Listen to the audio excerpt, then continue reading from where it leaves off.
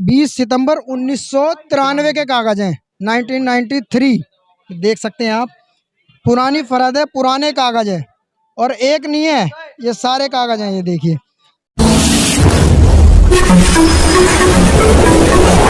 मैं एम नफीस रशीद, आप देख रहे हैं भारत न्यूज़ 247। पूरा दिन हो गया है कवरेज करते हुए संगम विहार और ग्राम झड़ौदा में।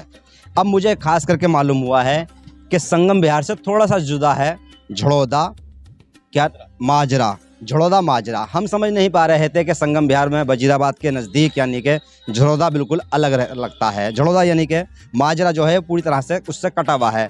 पर जब बात आती है मकान टूटने की या जितना भी हिस्सा जहाँ जहाँ नोटिस आए हैं वो सब एक ही है। यानी कि जितना भी बताया जा रहा है कि भाई लगभग जो आबादी है वो कहीं, हालांकि अभी मुकम्मल मैं भी नहीं कह सकता हूँ कि कितनी आबादी है। मुझे कल किसी ने कहा 1 लाख आबादी, किसी ने कहा 50,000 आबादी है। तो कुल मिला के ये तो अभी तय नहीं हो पाएगा कि आबादी कितनी प्रभावित हो रही है। पर हाँ, जो आज हाईवे पर जाम लगा, उस जाम से ये अंदाज़ा ज़रूर लग गया कि लोग बहुत ज़्यादा डर गए हैं, परेशान हो गए हैं। अब देखते हैं कि भाई गांव के जो लोग हैं, जो पुराना झड़ौदा गांव है, मैं वहां मौजूद हूं और शायद मेरे ख्याल से अब तक यहां से रिपोर्टिंग भी नहीं हुई है। सर, सवाल पहला मेरा यही है कि कोई पत्रकार इस गाँव में आपके आया नहीं आया? इसमें से इससे पहले कोई नहीं आया था। कोई नहीं आया? हाँ। अच्छा सर, क्या नाम हुआ आपका? राजपाल। राजपाल जी, कब से रह रहे हैं आप? मेरे को यहाँ पे 35 साल हो गए। और ये नोटिस कब मिला आप? नोटिस तो अभी हमारे पास तो कोई आया नहीं। तो ये खबर कैसे मिली कि आपके मकान जाने वाले हैं? बस ये अफवाह मच रही है, लोगों ने कहा भाई ये तो मकान जाने वाले हैं आपके। आपने किसी से बात की इस मुद्दे पर? नहीं की? किसी अधिकारी से, किसी प्रशासन के अधिकारी से या किसी नेता से? आज चलिए, क्या सर, क्या नाम है आपका? अश्वनी कुमार। अश्वनी। अश्वनी जी, अश्वनी जी, किस किस से बात हुई आज और क्या क्या हुआ? आज एसडीएम साहब साहिबा भी आई थी जब हमने एनएच हाईवे देखा जाम किया था। अच्छा, तो उन्होंने भी यही कहा कि अपनी कोर्ट से लड़ाई लड़ो। उन्होंने ये नहीं कहा कि भाई हम आगे कोई बात करेंगे या नहीं करेंगे, खाली कोर्ट का आपको दे दिया? हाँ जी। तो कोर्ट का तो यही है ना कि 19 तारीख को आपकी बिजली पानी काट दी जाएगी, 20 को तोड़ाई करनी शुरू कर दी जाएगी। तो आप लोगों की तैयारी क्या है कि बचना चाहेंगे या नहीं, या कुछ क्या सोच रहे हैं? गवर्नमेंट से भी अपील कर रहे हैं और खुद भी मतलब अपनी तरफ से भी तैयारी कर रहे हैं कि कोर्ट से लड़ने वकील वगैरह के थ्रू। इस प्रोटेस्ट का मकसद क्या था? इस प्रोटेस्ट का मकसद तो यही है जी, हमारे को अपने फिलहाल तो हमें स्टे मिल जाए ताकि हम अपनी कार्रवाई आगे बढ़ा सकें। और ये जो जीता है केस, नीरज नाम है, क्या नाम है उसका? इसके बारे में तो जी मुझे नहीं पता कि क्या नाम है। नीरज नाम है। नीरज नाम ही सुनने में आ रहा है। तो आपने कभी उस आदमी का नाम सुना? नहीं, आज से पहले तो मैंने कभी नहीं सुना था। अच्छा, आप लोगों को मालूम ही नहीं था कि क्या हुआ क्या नहीं? नहीं, हमें तो ना तो कोई नोटिस है ना कुछ है। हमारे को डायरेक्ट यहाँ पे खंभों पे चिपका दिया गया था कि यहाँ पर नपाई होगी। ठीक है जी। उसके बाद फिर व्हाट्सएप पे एक नोटिस आता है कि 16 तारीख से आपकी बिजली और पानी काट दिया जाएगा। तो 19 तारीख? हाँ, 19 तारीख, सॉरी। चलिए, फिर भी हाँ, थोड़ी बात कर लेते हैं और भी। हाँ, ठीक। क्या नाम हुआ आपका भाई जी? विजेंद्र चौहान। विजेंद्र चौहान। में थोड़ा सा आगे ये बात कर लेते हैं। विजेंद्र चौहान, जानना यही था, आप तो यूथ है, मैं देख रहा था कि प्रोटेस्ट में बहुत सारे यूथ शामिल था। आप लोगों का न्यूनतम कर कौन रहा था? किसने बुलाया आपको वहाँ पर, या वैसे ही सब भीड़ इकट्ठी होकर चल दी? नहीं जी नहीं, ऐसे ही जब लोग वाग परेशान हुए, हमें 19 तारीख का एसएचओ ने नोटिस दिया हमें कि जी नोटिस लेने आप आ जाओ। तो नोटिस लेने के लिए हम गए, तो उसमें हमें बताया गया कि भाई 19 तारीख को तुम्हारी कॉलोनी खाली कराने का ऑर्डर है और 20 तारीख को डेमोलिशन के ऑर्डर है। अच्छा। अब पब्लिक परेशान हो गई, नोटिस जब लगे हैं तो इससे पब्लिक परेशान हो गई। ग्रुप है, ग्रुप में मैसेज डाले हैं तो पब्लिक बहुत परेशान हो गई। पब्लिक ने कुछ इधर उधर बात की, कहीं बात नहीं बनी, तो फिर हाईवे जाम किया गया आज। उससे हमारी जैसे अधिकारी एसीपी डीसीपी वगैरह आए, इन्होंने भी, फिर भी एसडीएम मैडम आई लास्ट में, उन्होंने भी यही कहा कि आप कोर्ट से कार्रवाई कोर्ट से ही होगी, हम आपकी जितनी मदद करेंगे कर सकते हैं, पर आप कोर्ट से पहले स्टे लीजिए। जैसे कि अक्सर ऐसा होता है कि मोहल्ला होता है, क्षेत्र होता है, आरडब्ल्यूए होता है, उसकी कमेटी होती है।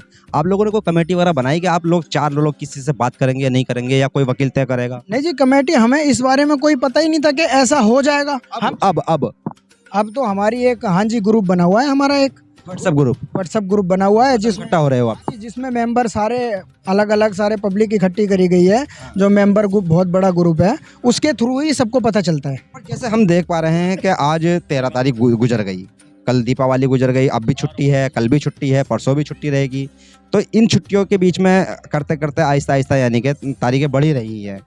आप लोगों की तो जो तैयारी है मुझे वो समझ नहीं आ रहा है कि भाई आप लोग कह तो रहे कि स्टे मिल जाए, स्टे तो जब भी मिलेगी जब कोई वकील होगा आपका। होगा। तो आज जैसा एसडीएम मैडम ने भी बोला कि हम तो आपकी सहायता करेंगे, पर आप पहले कम से कम कोर्ट में स्टे तो लीजिए, वकील तो करिए। जब वकील करोगे तो कोर्ट हमसे पूछेगा, तब हम बताएंगे कि भैया वहाँ इतने लोग रहते हैं, वहाँ डेमोलेशन के ऑर्डर नहीं हो सकते। वहाँ पे कम से कम 5 से 5 लाख लोग तो कम से कम रहते हैं, 5,000 मकान भी हैं। तो मैडम ने यही कहा जा रहा है कि आप घुसपैठिए हो गए, आपने अवैध यानी कि अवैध कब्जा किया है यहाँ पर। कब से रह रहे हैं आप? हम तो 35 साल से रह रहे हैं जी। हम क्या यहाँ पे पब्लिक 35 साल से रह रहे हैं, लोग बाग यहाँ 42 साल से 50 साल से भी रह रहे हैं यहाँ पे लोग बाग। जिनकी 2-2 3-3 पीढ़ियां भी बीत चुकी हैं वो भी रह रहे हैं, 5-50 साल से रह रहे हैं। 2 ऐसा कोई मुद्दा नहीं था यहाँ पे। 2016 में चला केस, पता नहीं कब से लड़ रहा है वो नीरज है जो, हमें तो यहाँ पता भी नहीं लगा। और जब हमें मैंने उसमें एक प्रोटेस्ट में देखा स्लोगन लिखा हुआ तख्ती पे, पाकिस्तानी मुर्दाबाद। एक पाकिस्तानी की वजह से 5 लाख परिवारों को उजाड़ा जा रहा है। ये पाकिस्तान का और क्या मसला आ गया है यहाँ? पाकिस्तान का ये रिफ्यूजी था, इसको जैसे दिल्ली सरकार ने उसे यहाँ जगह अलॉट की थी, अब उसको यहाँ से तो उसे मिली नहीं कुछ भी, फिर उसको महरौली में अलॉट कर दी गई। महरौली से भी वो अपना वहाँ दावा नहीं कर पाया। किसने बताया आपको सब?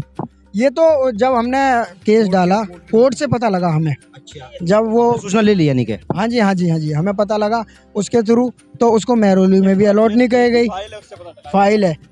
हमारा वकील था, जो एक वकील करा था हमने, उसके थ्रू हमें पता लगा। फिर वहाँ से उसको वहाँ भी नहीं दिया गया, उसने वहाँ अपने कागज़ वागज पेश नहीं कर पाया। तो फिर उसने यहाँ आके फिर दोबारा केस दायर करा 2016 में। फिर 2016 में उसने एसएलपी, सुप्रीम कोर्ट में एसएलपी लगाई थी, वो डिसमिस हो गई। उसके बाद उसने हाई कोर्ट में 2016 में फिर अपील करी।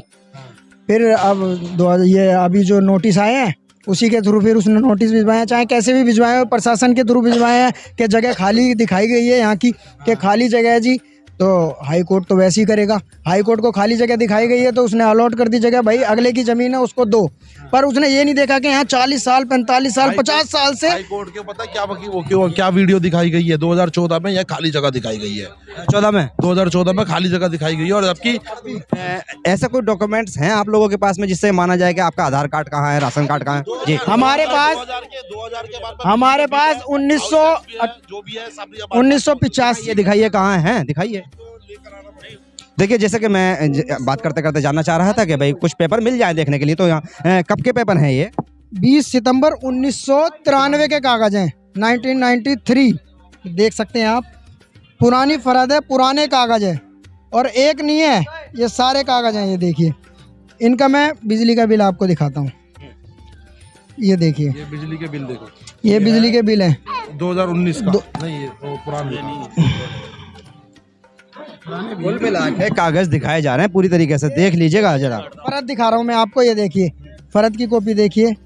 ये इसमें मैं इतने डॉक्यूमेंट्स देख रहा हूँ कि इसमें राशन कार्ड भी है, बिजली का बिल भी है, कुछ हाँ फर्द यानी कि, और ये सब यानी कि चैन है एक तरीके से उस, और ये गवाही दे रही है चिल्ला कर कि कागज तो यहाँ हैं और लोग यानी कि सबूत के साथ रह रहे हैं। अब सवाल ये आता है, जब इन लोगों के कागज थे और ये वोट डाल रहे थे, उसके बाद में पॉलिटिक्स के से जुड़े हुए लोगों को सबको ये मालूम था, तो ही तो यहाँ सड़कें बनी, तो ही तो यहाँ सीवर लाइन बिछी, तो ही तो यहाँ पर पानी की लाइन डली, और ये सब लोग बिजली विभाग को पैसा भर रहे हैं, लाइट पैसों की जला रहे हैं, टैक्स भर रहे हैं, थोड़े कुछ दुकानें भी होंगी, कन्वर्जन चार्ज भी जमा किया होगा जी।